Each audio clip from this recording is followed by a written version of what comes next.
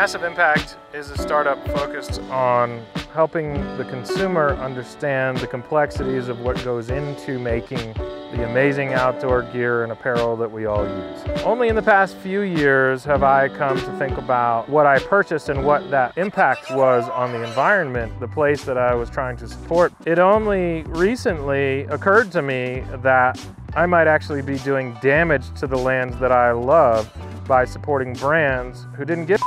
That was a wake-up call for me. And I knew I wasn't alone in not having a center of gravity, not having one place that could be trusted. It became evident to me that I probably wasn't the only one who cared about how the people were treated that were making these items.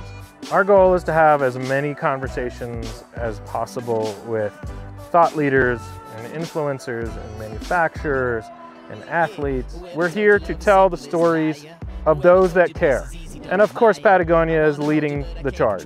There are a ton of others, including independent brands that you should know about. This video podcast is just the beginning. Sign up for the newsletter at massiveimpact.co. Join us in this revolution. I see the merit in the squeeze of parents. No need to sugarcoat it. I see the need for being married, but who will condone it when your dreams are being married? Welcome yet again to the Massive Impact Sustainability Podcast. I am super excited to sit down with our friend Luis Benitez, and again Margot Johnson joining me to help make this a super fun podcast. Got to know Luis a handful of different ways through all of our community work we've been doing in various communities around the state. We continue to bump into each other and hanging out with Governor Hickenlooper and hanging out at OR this summer. I have no idea why this escapes me, but OMG, you've been on the top of Everest 6 times. How the hell did I not know that? That is amazing. Yeah, that's a former lifetime running a guide service based out of New Zealand. Yeah, incredible. Well, maybe we'll circle back to that, but Margot, maybe you can do just a super quick intro since many folks know you from past podcasts, and Luis, I'll ask you to do a brief intro as well, then we'll sort of dive in. Sure. Yeah, good to see y'all. Happy to be here. My name is Margot. I work at the intersection of social good and technology. I'm actually based in Austin, Texas. I'm currently working for a startup here. And just as an individual, I'm interested in understanding at a pragmatic level, how do I get to enjoy the outdoors without being a jerk and buying things that actually hurt the planet, which is part of the impetus to start to co-host this podcast. And as a result, we've gotten to wander down some really interesting conversation paths from everything from regulation to policy to supply chain to what it means to be a empathetic human. So I'm looking forward to seeing what this conversation has to offer. Absolutely. Luis? Margot, I could have guessed this southern location from the y'all you threw in there. That was good. That was really good. I've learned that. Maybe you do that here. That's good. Luis Benitez. I am the director for the Office of Outdoor Recreation Industry for the state of Colorado, which as of 5 years ago was really an experiment for a state level office. And to this point, we now have 8 states with the role. We'll have 11 states come midwinter. And so really something that was seen as an experiment for oversight for this economy and for this industry, to ask some of these questions that you outlined, Margot. What does social good look like within our supply chains, within our products, within our policies?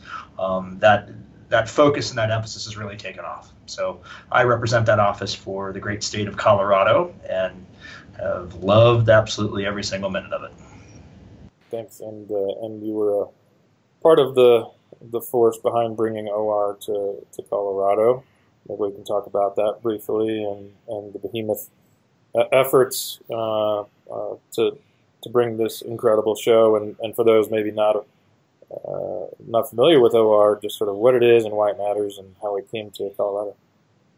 Yeah, well, behemoth is a really good word, Dave. It's at its core, it's our largest trade show gathering for our industry and for our economy. But I think the thing that a lot of people are now starting to realize with it here in Colorado is that it's also where we talk policy, it's where we talk politics, it's where industry leaders from all over the world gather 3 times a year to not only look at the next generation of gear and goodies, but also trying to understand where we're pointed and why.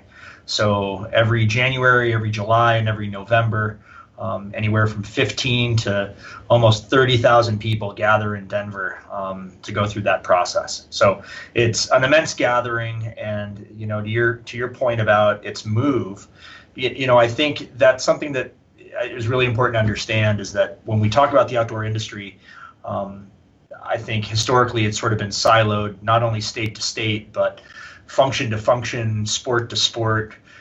Do the mountain bikers hang out with the motocross folks, and how do those silos work? And what the state offices are really trying to do are break down some of those social paradigms, even state to state.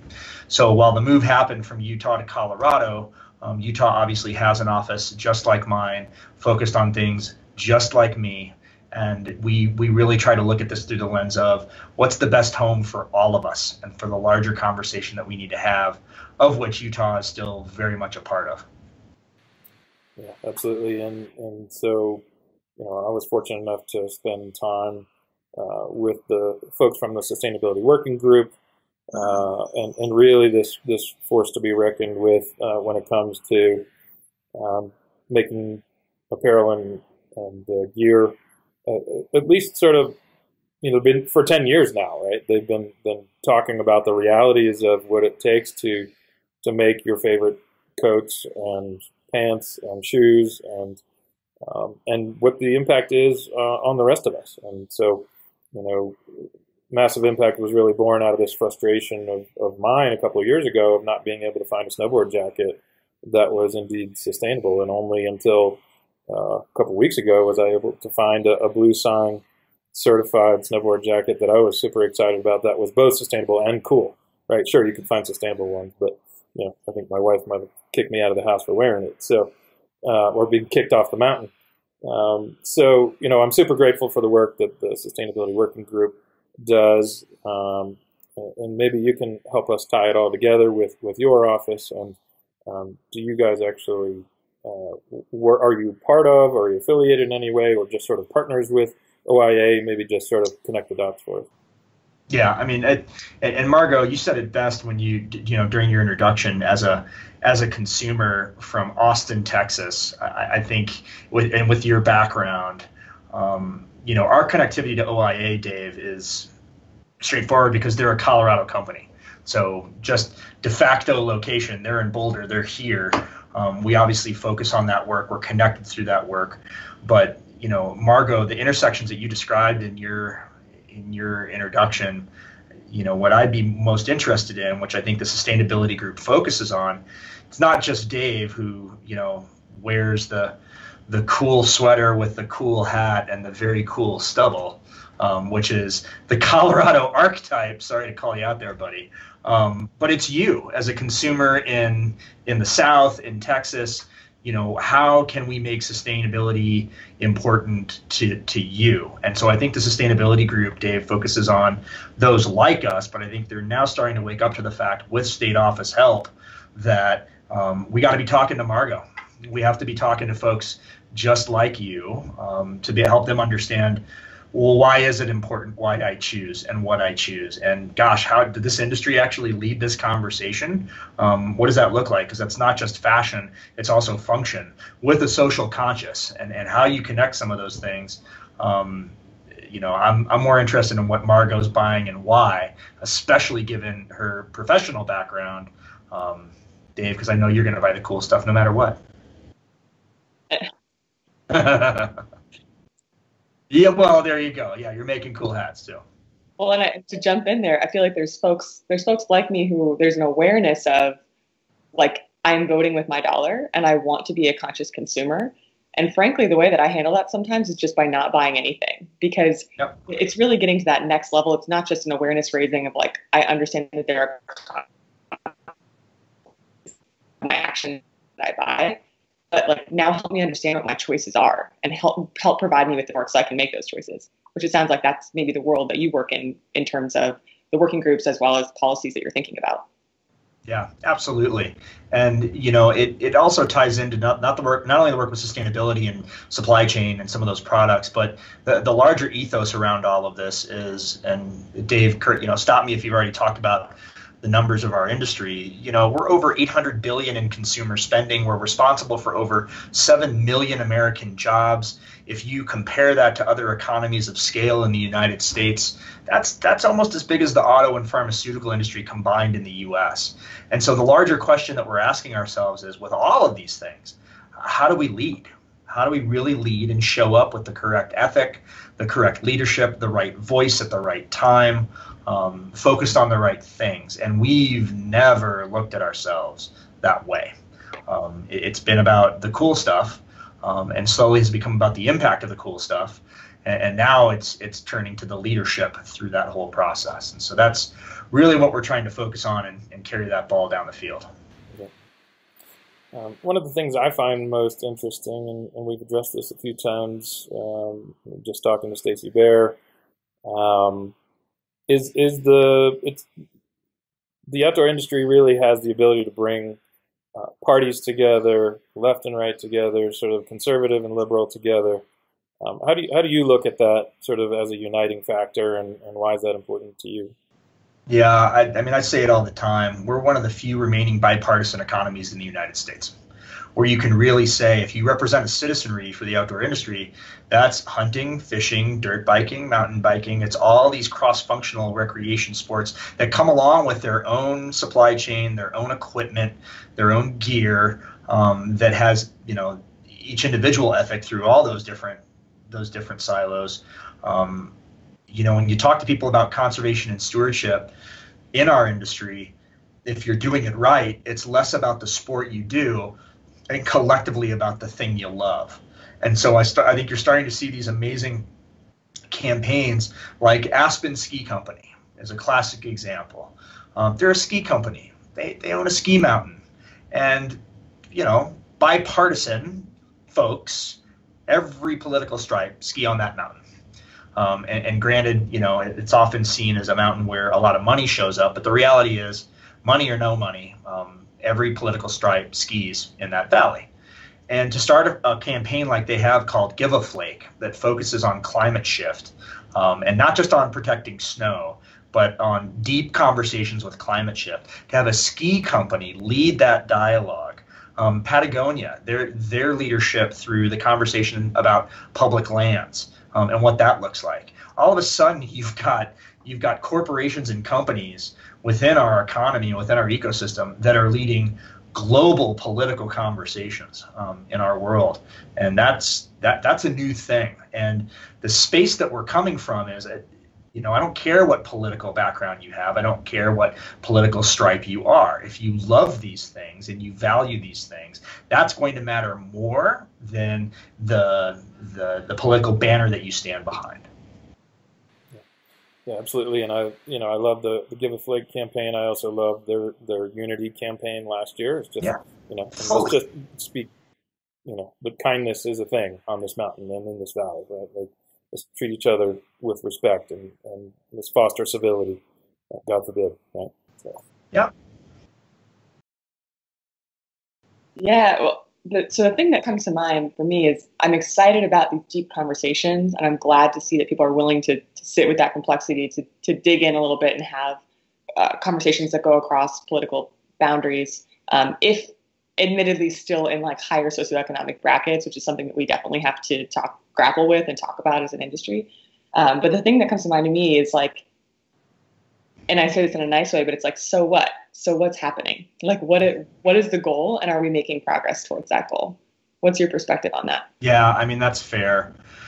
I think we're making strides in a couple of unique ways. And getting back to the whole leadership component, I think for the longest time, we haven't really looked to brands or to state government for leadership through these things. It's been sort of about the marketing campaign of choice and the flavor of the month or the flavor of the year. So if this sport versus this ethic is of a digestible flavor politically, then that's what we're going to follow.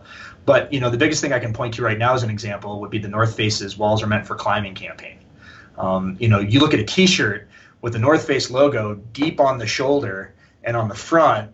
It has nothing to do with logo. It's just word. It's wording. Walls are meant for climbing. Now, depending on where you live in the United States, that is a serious political shot across the bow.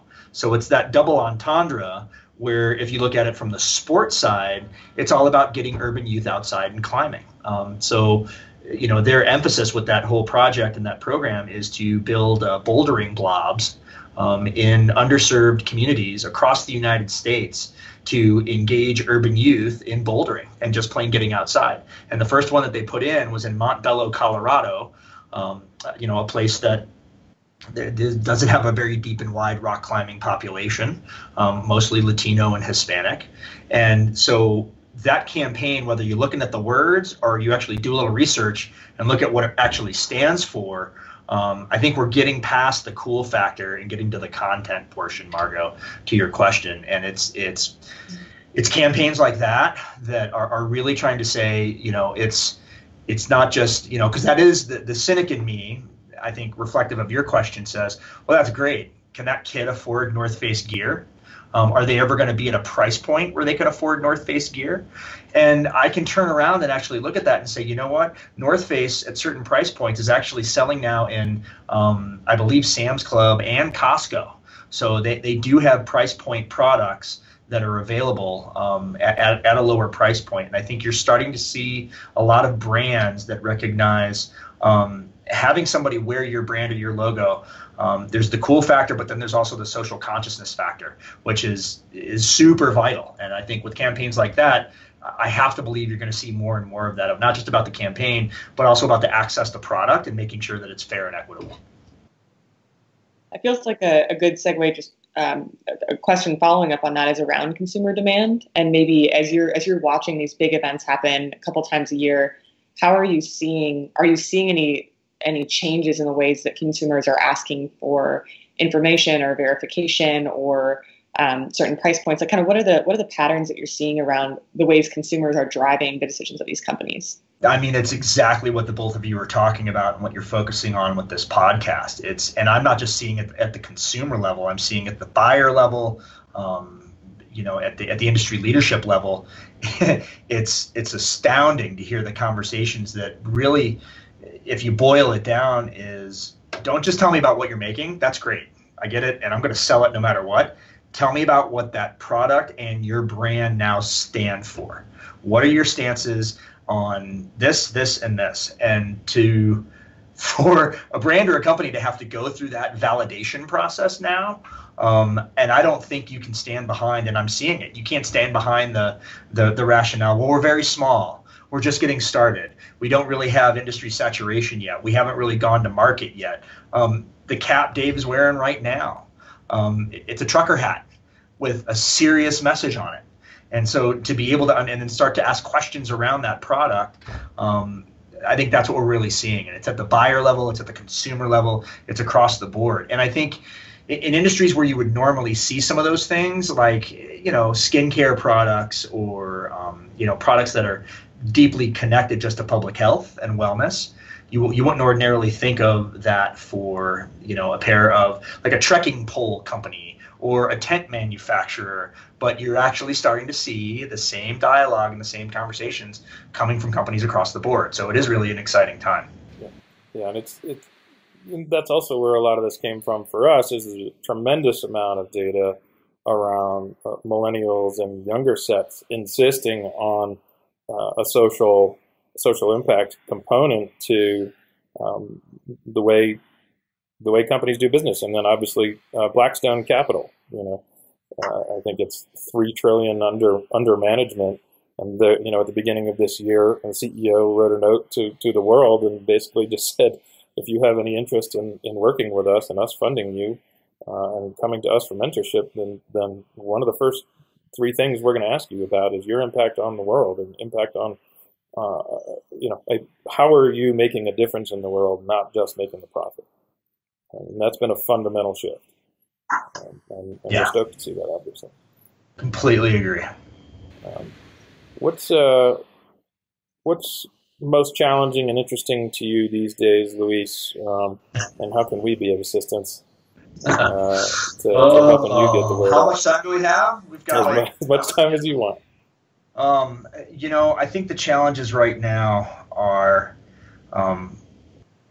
we've crafted this momentum, and as other states get excited about this role and create the role, getting the directors together to continue to have conversations. We've managed to focus in the work on 4 distinct areas. So economic development, conservation and stewardship, education and workforce training, and public health and wellness. And through an immense crafting process over the last year, have managed to create the Confluence Accords, which all states that have become signatories with the permission of their governors now basically stand up and say, as a shared consciousness, best practice principles, this is what we stand for collectively. So as other states come on board and are on the path towards becoming a signatory of the Accords, we get a lot of questions and a lot of push on what does this stand for? What am I buying into? Is this a club? What are our responsibilities? How does that work? Who are we to drive this ethic? Who are you to set that tone and that tempo? So, some of the best work right now and the most challenging work is in that space, helping other states to understand what this looks like, create this collective consciousness around some of these things, and then be able to carry that message forward as one voice, which is a pretty exciting thing when you consider that we're representing states from Michigan to North Carolina to Oregon, across the United States, that we're trying to get alignment in a lot of these areas. And once that alignment is secure and the momentum is pointed in a similar direction, now how do you carry that to the federal level from the state level, which is a completely different game altogether. And that's really the stuff that we're working on and that we're focused on. And so what that looks like into the future, who leads that and how that process comes together, we'll see. Yeah, I was fortunate enough to attend that event with you, where everybody signed those accords, and to see, cowboy hats sitting down with non-cowboy hats, and folks coming from all walks of life. That would be Dominic from Wyoming, the director from Wyoming. Yes, very big cowboy hat, very large man. And I think Rachel from Montana may have had a gun on her because concealed carry is legal. So that was an interesting day. It was amazing again to bring all walks of life and all folks who the outdoors industry brings together, and that's super exciting, and I'm grateful for your work there. Margot, I'll probably ask you to go with our perhaps final question here, and Luis will let you close it out with any final thoughts as well. I'm grateful for this conversation and that reflection. I wrote down just what do you stand for, which you had said earlier, Luis, and I think that applies all the way across the spectrum from me as an individual consumer up through a company, up through a nation and the different in the states within it that are thinking about this economic opportunity, this opportunity to have a conversation that is maybe outside of these highly polarized political spaces where people are coming to the table together. So it's really exciting. It feels like we have a long way to go. What do you think is the kind of thing you're going to be hearing 3 years from now at these kinds of events? Boy, what do I want to hear, or what do I think we're going to hear? Maybe a little of both. Yeah. I honestly, and this is something that's new for our industry as well, politics are going to matter. Where things end up politically in the next couple of years, I think will decide on what the conversation looks like, how much influence we'll have on that conversation, what the work is going to look like, and what it's going to feel like. But if we all do our jobs correctly, I think in 3 years from now, I think the conversations will be less about awareness, which I think they are right now, and all about impact and measuring the level of impact. So I think you're starting to see that migration now from awareness to impact. But I think in 3 years, if we do what we're doing right now effectively, it will be all about the measurement of impact across the board.